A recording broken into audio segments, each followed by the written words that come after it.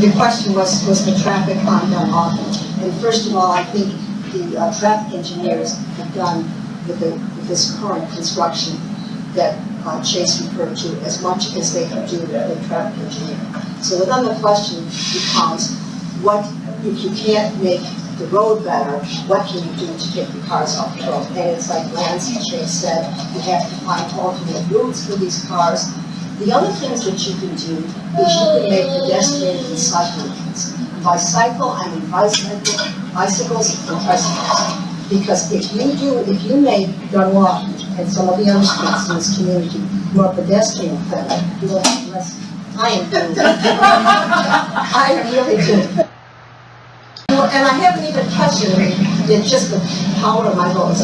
Anyway, you will have less traffic. And I would hope, and there are communities, and communities are changing now when you see that they have wide bicycle lanes that don't interfere with the cars at all.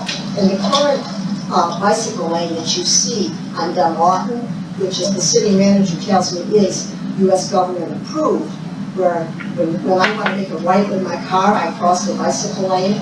Well, I want to tell you, you got to be a pretty brave guy to be in a bicycle in that lane. So that's what I would do. I think what's ahead for us is not so much any more engineering with Dunlawton, but figuring out how to get the cars, less cars on Dunlawton. The other thing I would again point out is public transportation. The city is very weak in public transportation, and it needs more. Not only to control traffic, but because that would mean that people who are not able to drive, either because they're teenagers or because they're senior citizens, would not have the problems of getting from one part to another.